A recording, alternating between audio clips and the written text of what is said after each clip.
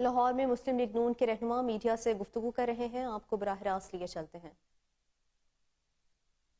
रखना चाहता हूं कि ऑनरेबल सुप्रीम कोर्ट में जुलाई में हमारी रिव्यू पिटीशन जो है वो दाखिल हुई। एमपीएस का केस दाखिल हुआ। 63A की इंटरप्रिटेशन के हवाले से केस दाखिल हुआ। 4 माह गुजर जाने के बावजूद वो केस आज तक सुना नहीं गया, क्योंकि देखिए अगर वो केस सुना जाता है तो हमारी पुरानी हुकूमत की बहाली में वो रिजल्ट कर सकता है। एक उसका नतीजा ये निकल सकता है कि हमजा शहबाज शरीफ साहब की हुकूमत बहाल हो और वो 25 वोटों की गिनती और उन 25 वोटों का आगे क्या फेट होना है उस पर कोई फैसला दिया जाए कि वो गिनती में शुमार किए जाएंगे या नहीं किए जाएंगे। एक तो फिलफौर मुतालबा रखना चाहते हैं कि उस केस को हियरिंग के लिए फिक्स किया जाए, number 1। Number 2, Lahore high court में एक अजीब सिलसिला है कि जो स्पीकर का इलेक्शन हुआ उसी रात हमने पिटीशन दाखिल की और आर्टिकल 226 की इंटरप्रिटेशन का मामला था कि सीक्रेट बैलेट की जो कॉन्स्टिट्यूशनल रिक्वायरमेंट है वो वायलेट हुई है कि नहीं हुई।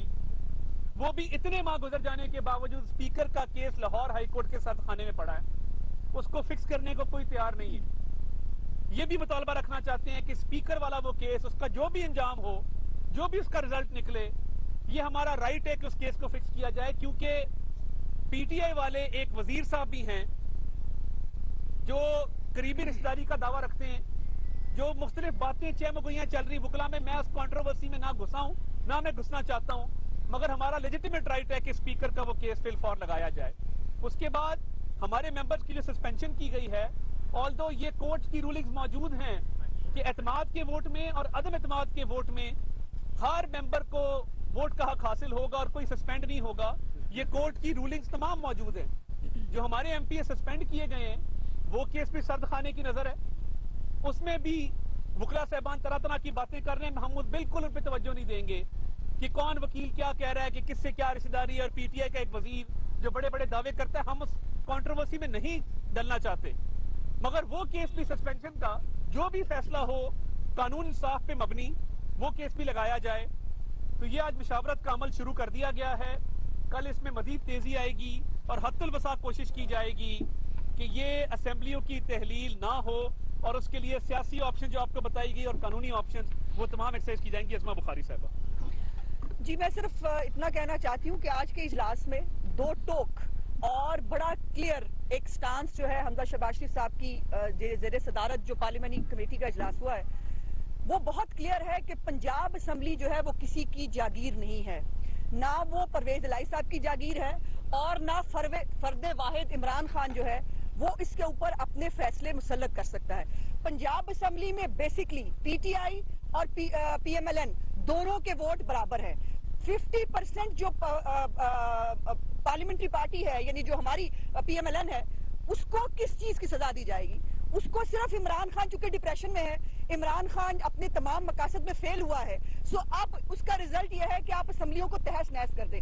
देखिए, कानूनी तौर पर, आईनी तौर पर ये तमाम असम्बलीज का हक है, आईनी तौर पर उनका एक टेन्योर है और उस टेन्योर को खत्म नहीं किया जा सकता, नहीं किया जाना चाहिए।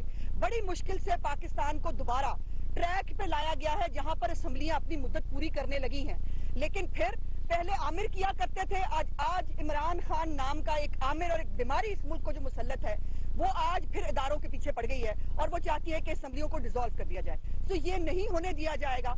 हम हर तरह, हर महाज पर इसका मुकाबला करेंगे, क्योंकि ये जो जहां पर असम्बली बराबर है दोनों पार्टियों के बीच में, वहां पर एक पार्टी इस तरह से फैसला नहीं कर सकती और फिर परवेज इलाही, जिनके पता नहीं क्या मुफादात हैं, जो पता नहीं किस गलतफहमी का शिकार है, शायद अगले आने वाले इलेक्शन में उनका क्या अंजाम होगा, वो शायद उसके चक्कर में जो है वो पंजाब असम्बली की बलि चढ़ाना चाहते हैं। तो आई एम सॉरी परवेज इलाही साहब, मैं आज बड़ी माजरत के साथ और बड़े दस्तबदस्ता अपनी आला अदलिया से जो है वो चंद गुजारिशात करना चाहती हूँ। माय लॉर्ड, आज अगर रिव्यू पिटीशन पेंडिंग है हमजा शहबाज शरीफ का पिछले 6 महीने से, तो वो आज अटैच्ड है इस असेंबली की डिसोल्यूशन की धमकी के साथ। अगर आज वो रिव्यू का फैसला हो जाए तो फिर परवेज इलाही जो अगर इमरान खान के अगर दबाव के ऊपर ये गैर कानूनी काम करना चाहता है, वो नहीं कर पाएगा, उसको नहीं करना चाहिए, क्योंकि वो इनलेजिटिमेट, हमारे मुताबिक वो एक गैर कानूनी और एक इलेजिटिमेट वजीर आला है। दूसरी बात, माय लॉर्ड, मेरी ये भी गुजारिश है आपसे कि स्पीकर पंजाब असेंबली जो बाकायदा तौर पर जो सीक्रेट बैलेट है, मैं नहीं कहती, ये रूल्स कहते हैं, ये कॉन्स्टिट्यूशन कहता है, वो सीक्रेट बैलेट की वायलेशन करते हुए वो आज जो है वो स्पीकर बन के बैठा है। माय लॉर्ड, उसके साथ उसके सारे गैर कानूनी काम अटैच्ड है। वो अगर असेंबली तोड़ने की जो है वो उसके अंदर मुआवनत करता है तो भी गलत है, वो नहीं कर सकता। उसने जो बाकी लोगों को, ये भी माय लॉर्ड मैं बताना चाहती हूँ, चूंकि हमारी सुनवाई नहीं हो रही, मैं चाहती थी कि मैं अदालत में आकर आपके सामने वो गुजारिशात रखूं जो पंजाब असेंबली में पिछले 6 महीने से हो रहा है, लेकिन हमें चूंकि वो मौका नहीं दिया जा रहा, तो मीडिया पे बात करने के अलावा मेरे पास ऑप्शन नहीं है। मैं पूछना चाहती हूँ कि जनाब, पूरी हर असेंबली के अंदर मेंबर्स को एक्सपेल करने का एक कानून मौजूद है। आज तक 75 साल की जितनी पार्लिमानी तारीख है, उसमें कभी इस कानून का इस तरह और इस बेईमाना तरीके से इस्तेमाल नहीं हुआ जो पंजाब असेंबली में 6 महीनों के अंदर हुआ है। जिस दिन हमें एक्सपेल किया गया, हमें कहा गया जी सीटियां लेके आए थे, सीटियां तो आपने सिखाई हमें। जिस दिन स्पीकर का इलेक्शन था, जिस दिन सीएम का इलेक्शन था, आपकी औरतें लोटे लेके आई, आपकी औरतें पिर्चियां लेके आई, इनकी औरतें सीढ़ियां लेके आई और सीढ़ियां लाकर उन्होंने हमें बताया कि ये किया जा सकता है। हमने कौन सा गैर कानूनी काम किया? मुझे ये बताइए कि आज तक वो खवातीन और वो मर्द हजरात जिन्होंने पुलिस वालों को मारा, जिन्होंने डिप्टी स्पीकर जो साबिक है उनके बाल नोचे, उनको किसी ने पूछा? इसको कहते हैं गैर कानूनी काम, इसको कहते हैं गैर आईनी काम, वो हुए? किसी ने नहीं पूछा। और अब जो तमाशा बनाया गया है कि कानून के अंदर, उसी दिन बाय द वे केपीके की असेंबली के अंदर भी एक प्रोटेस्ट हुआ, बिल्कुल हमारी तरह का, उन्होंने भी प्ले कार्ड उठाए हुए थे, वो भी नारे लगा रहे थे।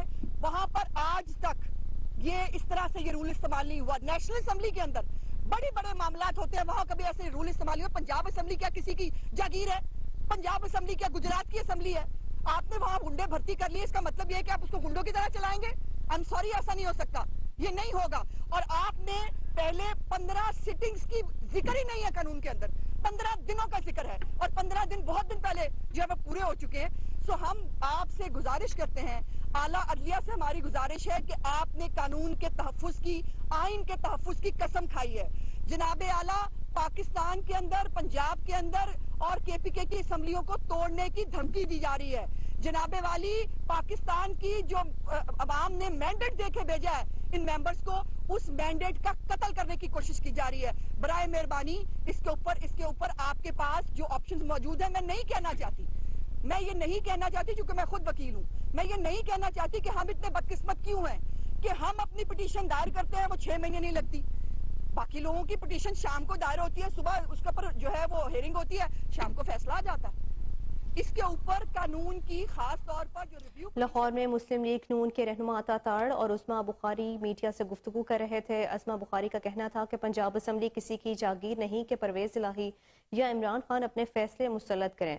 असेंबली से अराकीन को मुअत्तल करने का कानून मौजूद है। इस मौके पर अता ताड़ का कहना था कि स्पीकर इलेक्शन की रात हमने लाहौर हाई कोर्ट में दरख्वास्त दी, हमने आज मुशावरत का अमल शुरू कर दिया है, कल मजीद तेजी आएगी।